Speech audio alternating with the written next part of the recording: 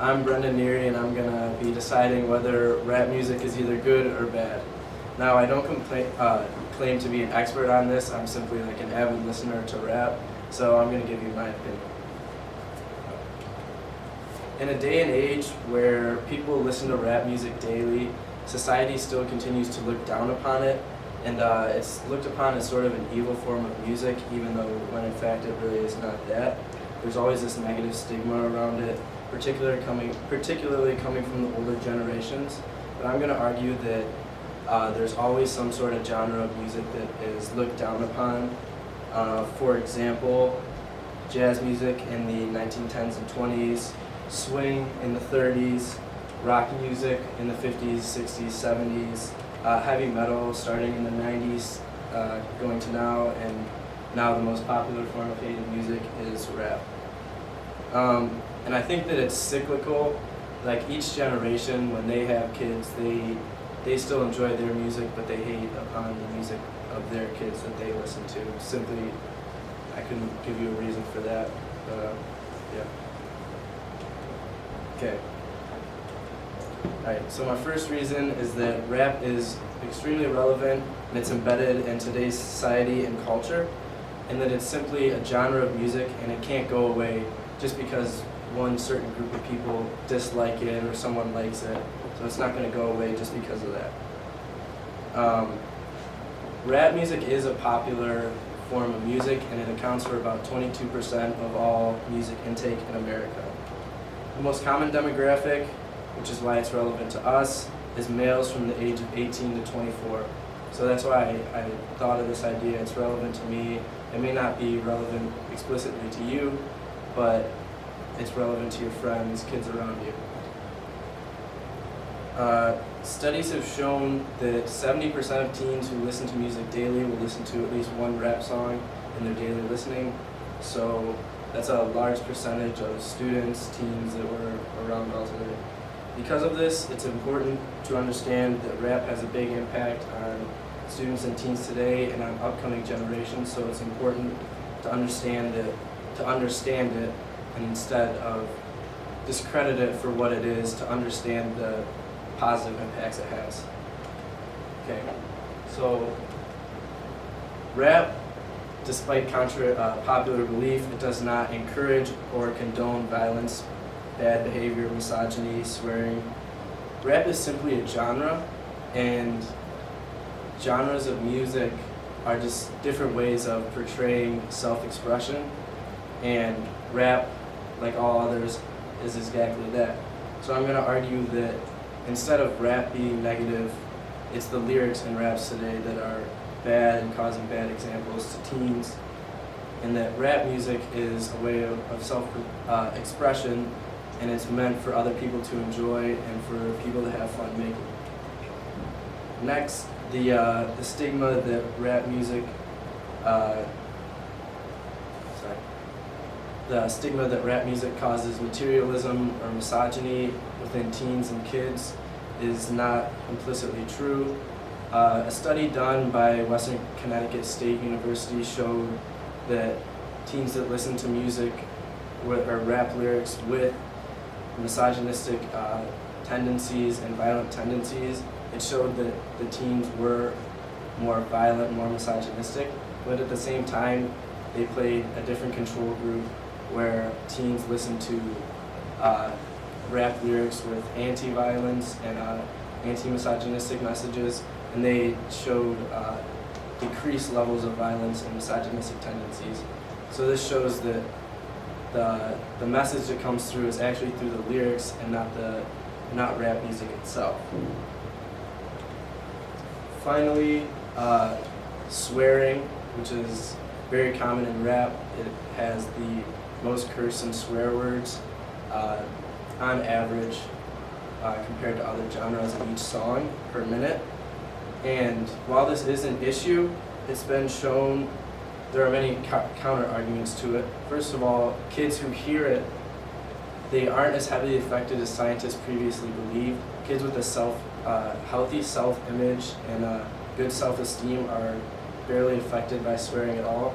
Also, swearing is bleeped out on all radios, And finally, young kids are prevented from buying explicit music due to this, the parental advisory explicit content warnings, which is on all, it's a way of rating music to see how inappropriate or appropriate it is. Okay. A positive aspect of rap is the hopeful outreach that it can provide, especially to minorities and those in bleak situations. Many rappers talk about the struggle, and those in similar situations that can relate with these rappers relate, and at the same time they see like a sense of hope that they can like aspire to be like this, not necessarily a rapper, but to be successful and like a positive impact in society and stuff. So that. Next, according to Urban Think Tank, 29% of rap intake is from African Americans. While this seems like a low amount, African Americans take up much less of that percent in American population. So they account for a large percent of rap intake, but even more importantly, most rappers, the top 10 rappers at this moment, according to streams, are African Americans. So it's a large platform that allows African Americans and minorities to get their message across to others, and also create a more diverse society by showing different viewpoints and perspectives from different socioeconomic classes and different races. Next, rap is embedded in our culture, obviously, and there are many positive messages in rap that we can take from. And it's important to learn from these instead of just actually listening to music. So I'm going to take a line from Kanye West in the song "Everything I Am" from his graduation album, in which he protests gun violence in Chicago. I know that people wouldn't usually rap this, but I got the facts to back this. Just last year, Chicago had over 600 caskets.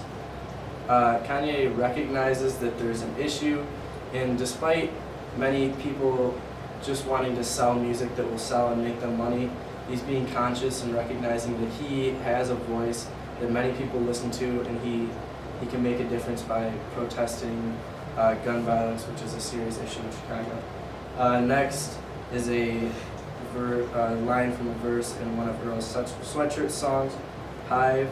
He raps, "Breaking news, death's less important when the Lakers lose. It's lead in that baby food. Heads trying to make it through."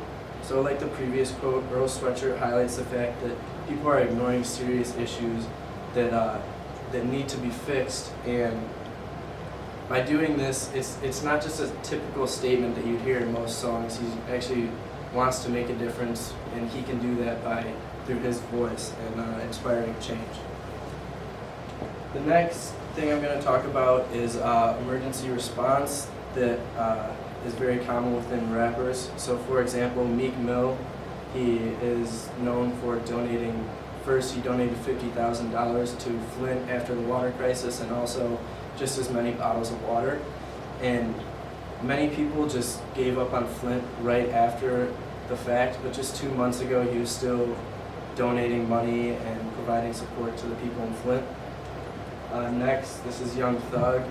After the earthquake in Haiti, he provided support because he is of Haitian descent, and he's had continued support there. Instead of just forgetting about the earthquake, which was in 2010, he's still providing support to the people there, both monetarily but also awareness-wise, because like there's still serious poverty and leftover problems from the earthquake.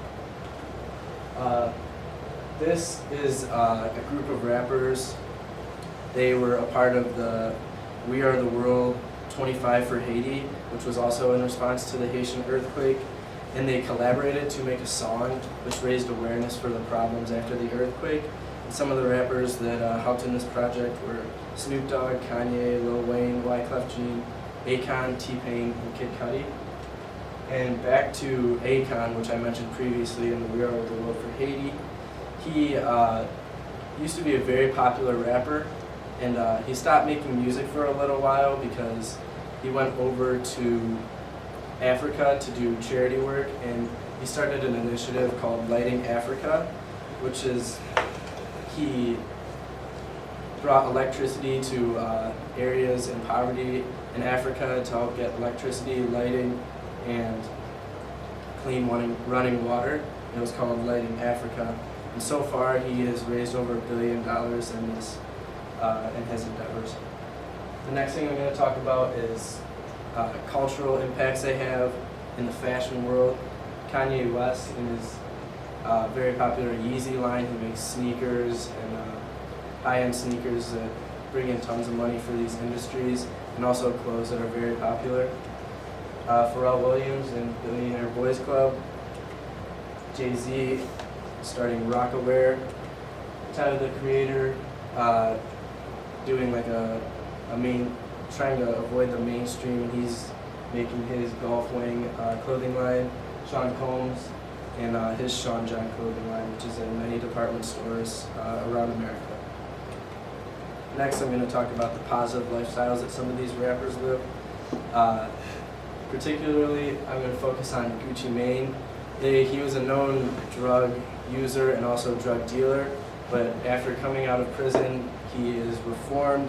He preaches anti-drug messages in his newer songs and realized the error of his ways, and is now helping to keep people out of the problems that he faced earlier in his life. Yeah.